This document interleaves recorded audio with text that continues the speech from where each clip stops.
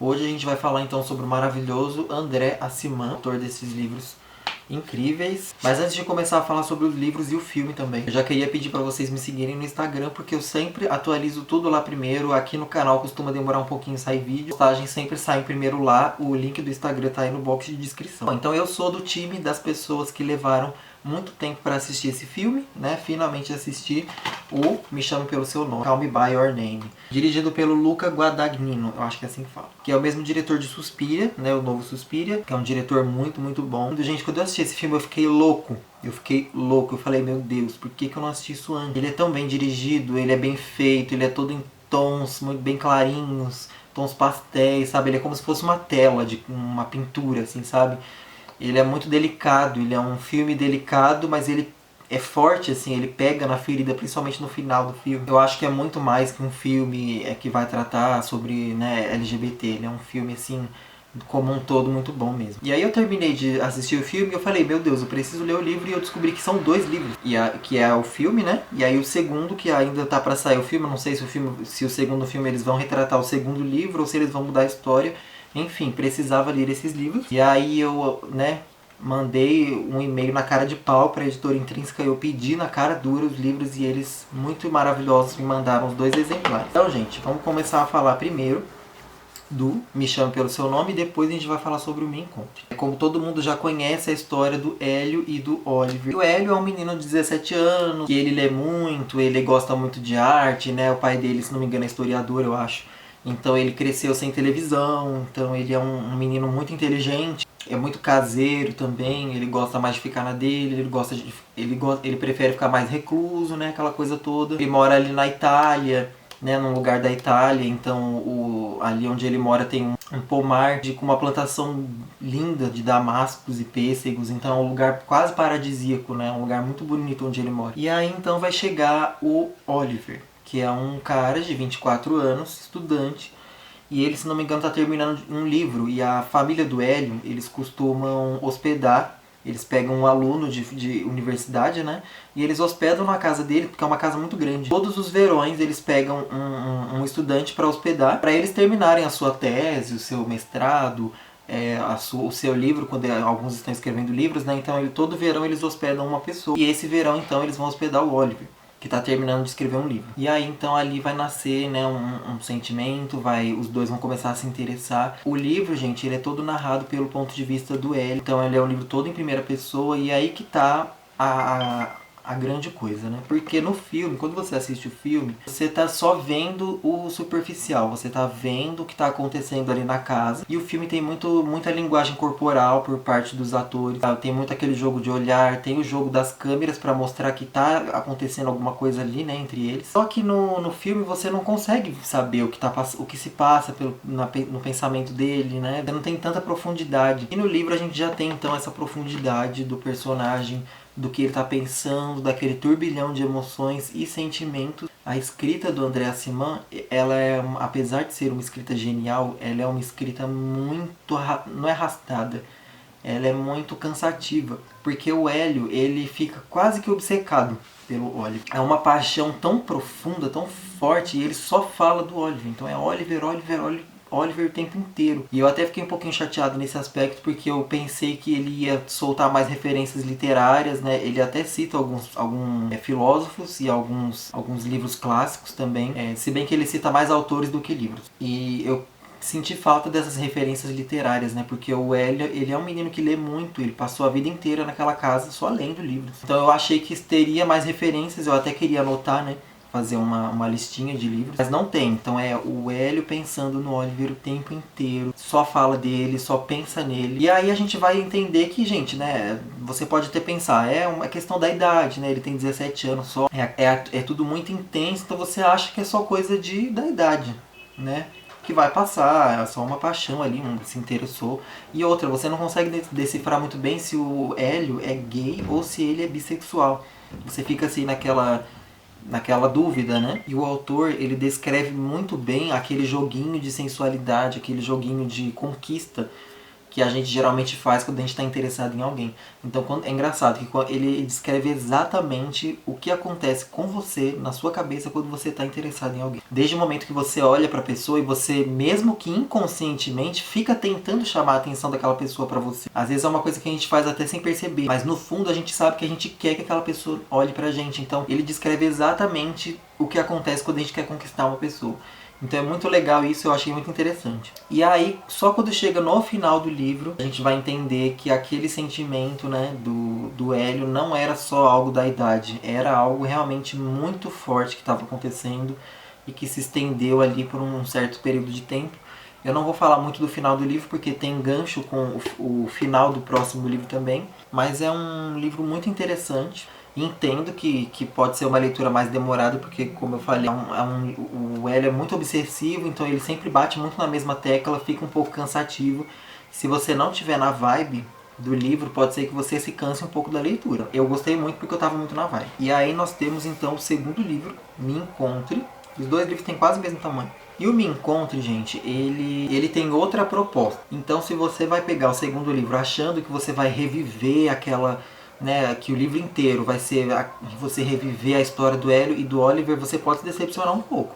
Porque o primeiro livro ele começa de um jeito e termina de outro. Esse livro vão ser 3 histórias, vão ser como se fossem 3 contos de 3 personagens que aparecem no primeiro livro. Né, a primeira história vai ser a do pai do Hélio. Sim, ele volta aqui, né, o Samuel. A segunda parte do livro, que é a segunda história, vai ser o Hélio, e a maior parte do livro também. E a terceira e última, a parte mais curta do livro, vai ser então sendo narrada pelo Oliver, com a história dele. E nós temos então também um epílogo, né, que é um capítulo bem curtinho, que esse epílogo, gente, ai, maravilhoso. Esse epílogo sim vai reviver todo aquele romance, aquela coisa linda do primeiro livro, é compensado no epílogo do livro. A gente vai ter um gostinho daqueles primeiro livros. Então assim, gente, o livro começa com a história do pai do Hélio, do Samuel, pegando um trem, e isso já se passa, se não me engano, acho que 10 anos depois dos acontecimentos do primeiro livro. O Hélio, se não me engano, tem 27 anos e ele já é um pianista super renomado, fazendo carreira, né, e por todo mundo e aquela coisa toda. E o pai do Hélio, né, o Samuel, tá ali vivendo uma vida,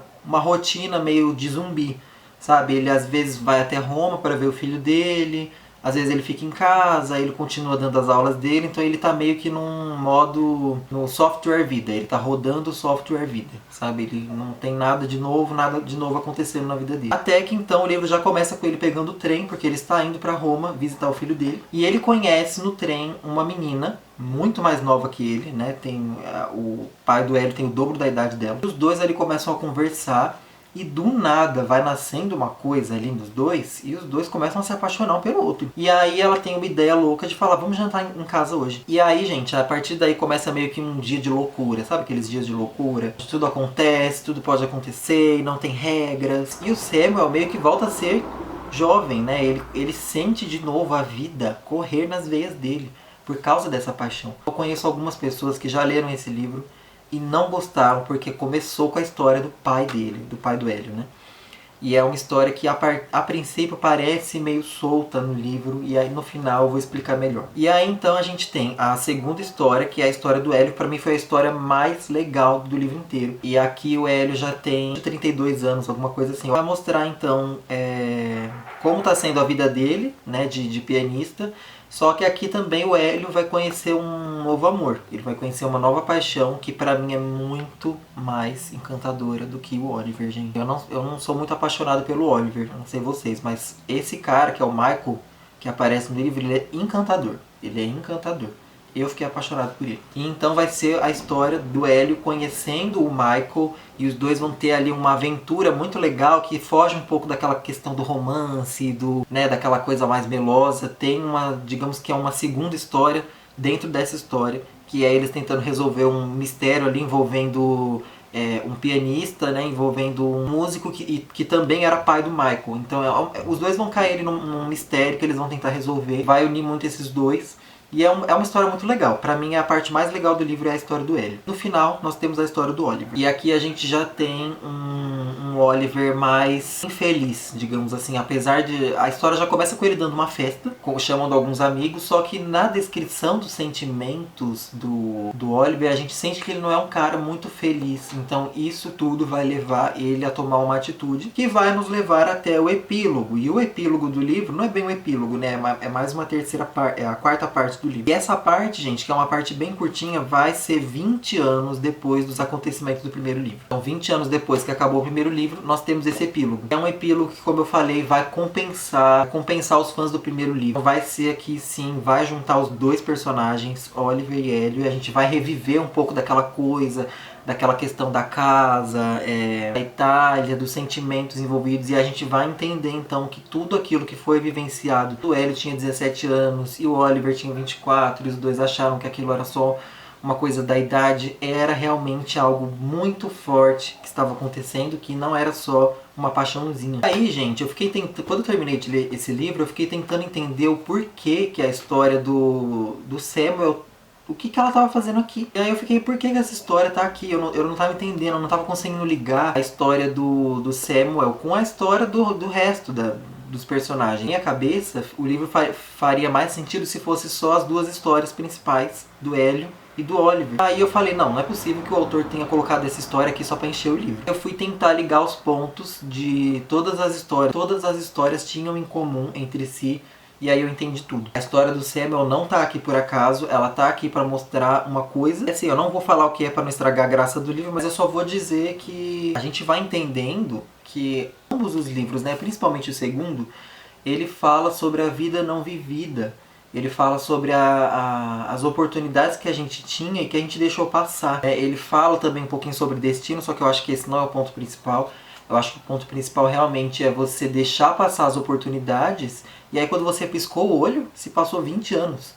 E o que você estava fazendo esses 20 anos, sabe? Você estava vivendo software vida, você estava vivendo uma rotina, uma coisa que não era sua, era como se não fosse você ali. E aí quando você percebe que você já tá velho, e todos aqueles amores que a gente deixou passar, todas aquelas oportunidades que a gente tinha de ser feliz, foram desperdiçadas, a gente não aproveitou elas e a gente tá envelhecido, e agora? Então ambas as histórias, tanto a do Samuel, quanto a do Hélio e a do Oliver, mostram muito isso. Então, o porquê você não aproveita as chances que você tem agora, a partir do momento que elas são te dadas. É aquela coisa, né? Quando a gente costuma terminar um relacionamento, a gente costuma jogar fora tudo que a gente viveu com aquela pessoa como se não tivesse valido a pena. Se não tivesse tido um momento bom, como se nada tivesse prestado. E o livro, ele faz você refletir muito sobre isso. Eu tô aproveitando bem as minhas oportunidades de ser feliz. Eu não falo nem sobre tanto de relações amorosas, mas relações com a vida. Relações com a arte, com as coisas que você gosta de fazer. Com oportunidades, né, e com sentimentos, com alguns carinhos que alguém está disposto a te dar, a te oferecer. E você não pega aquilo por medo, ou porque você não quer se comprometer, porque você não quer assumir compromisso com aquela pessoa ou com aquela coisa, e você tem medo, então você não aceita, e aí quando você piscar o olho, vai passado 20 anos e você vai se arrepender daquilo. Então é um livro assim, gente, que faz você pensar em muita coisa. E o autor, ele não joga isso assim escancarado, você tem que prestar atenção nos detalhes. Eu falei, eu não tinha entendido por que a história do Samuel estava fazendo aqui, mas vai ligando os pontos em comum que você vai entender que é como se fosse uma história só. Assim, gente, gostei do segundo livro, gostei muito, achei perfeito, não mudaria nada nele. Se você tá achando um saco a leitura dele, permaneça, vai até o final, porque o final ele tem ali uma recompensa, ele tem um gostinho daquilo do primeiro livro, que é muito bom mesmo. Então assim, gente, foi uma experiência incrível, foi uma experiência maravilhosa. Ele tá pra sair o segundo filme, não sei se eles vão fazer igual o segundo livro. Fiquei tão inspirado quando eu li essas histórias, quando eu assisti o filme, que eu fiz uma tela, eu fiz uma pintura inspirada em Me Chame Pelo Seu Nome, que não está aqui comigo porque eu já vendi ela. Eu vou deixar a foto aqui, e caso você não tenha visto, aí, caso você queira ver melhor, né, nos detalhes, vai no meu Instagram, porque a tela tá lá no Instagram. Gente, é isso, eu espero que vocês tenham gostado aí do vídeo. Se vocês têm mais dicas de livros bons LGBTs, né, com essa temática LGBT, me mandem, porque eu sinto falta de livros bons. Que não seja aquele draminha chato, adolescente, que o menino sofre bullying na escola e ele se apaixona por alguém, por um menino. e ele sofre um drama na família, né? Mas livros bons. Isso daqui, gente, é um material que vai te fazer refletir sobre a vida. Isso é muito incrível. É isso, espero que vocês tenham gostado aí, vocês tenham gostado da dica. Não se esqueça de me seguir no Instagram. Beijo pra todo mundo e até o próximo vídeo.